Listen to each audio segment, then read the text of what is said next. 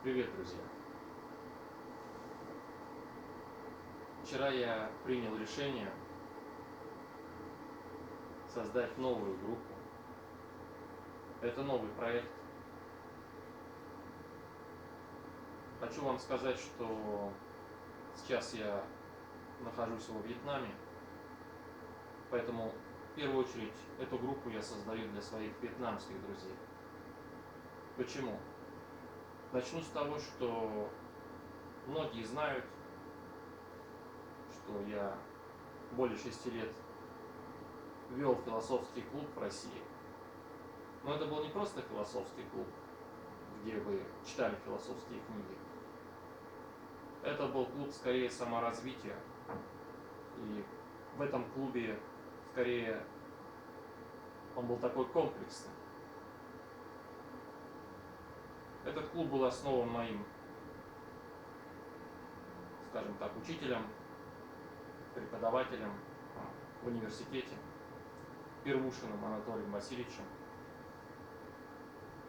И вчера я подумал о том, что сейчас я нахожусь во Вьетнаме и не могу вести этот клуб, но я ведь могу попробовать вести этот клуб во Вьетнаме, по крайней мере онлайн, для начала, по крайней мере. Поэтому, что я хотел бы делать в этой группе, я сегодня кратко расскажу, с чем бы я хотел знакомить, какие вопросы ставить и так далее. Хочу сказать, что сама манера подачи, она может быть разной. Вот в частности, YouTube предлагает мне все время делать что-то шокирующее для зрителей. Говорить быстро, потому что зрители должны с первых секунд заинтересоваться видео. Подавать контент так, чтобы, называется, каждому хотелось его смотреть. Но для этого, я понимаю, нужно делать что-то сумасшедшее. Я думаю, что нужно делать то, что ты можешь делать. И если сегодня моя манера говорить медленно, я и буду говорить медленно. Независимо от требований, советов YouTube. Первое, что я хотел бы вам еще сообщить, что в России я занимался работой над диссертацией, над научной диссертацией в области философской антропологии, в области антропологических практик, древних греческих антропологических практик. Я изучал эти древние практики на материале античных текстов. Кроме того, занимался для себя, но в результате долгого труда, 3 года обучения и после обучения еще 4 где-то года работы над диссертацией, я не получил в России научную степень, хотя диссертацию я подготовил и выполнил все требования, которые мне ставились, а требований было очень много, и я чувствовал, что выставляются все новые требования, поскольку кому-то, может быть, не хотелось, чтобы я получал ученую степень. Может быть, это вопросы системы образования в России, которая явно не на высоком уровне, имеет множество проблем. Хотя я пытался все время апеллировать к правилам Министерства образования Российской Федерации, но сдвинуть это мне не удалось, потому что все, что меня просили, я сделал, все требования к диссертации выполнил, но последнее требование я не стал выполнять, потому что меня попросили заплатить деньги. В тот момент у меня таких денег не было. Заплатить деньги за защиту диссертации.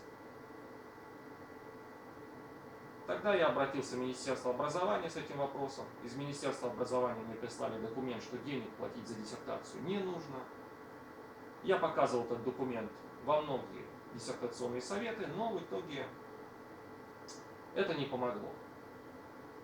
Люди не хотят слушать, не хотят выполнять законы, поэтому они хотят получить деньги за то, что я сам написал. за то, что я сам работал над этой диссертацией и ниоткуда ее не украл. Но деньги я не стал платить, потому что я их платить не должен, и в итоге научную степень я не получил. Хотя у меня есть заключение, положительное заключение из самого лучшего университета России о моей диссертации.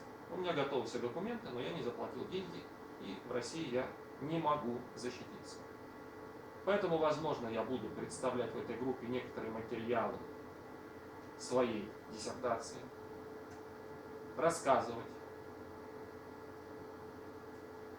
об античной, скажем так, философии, культуре, каких-то духовных таких моментах. Но при этом я хотел бы создать эту группу, конечно, комплексно.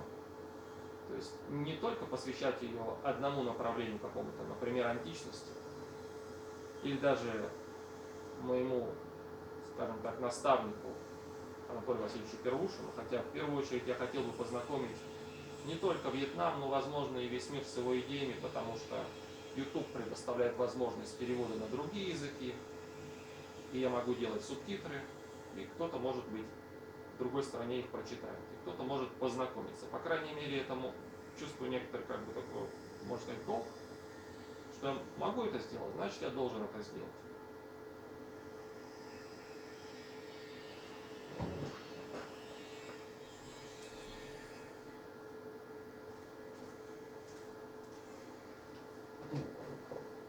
Далее, что хотелось бы сказать.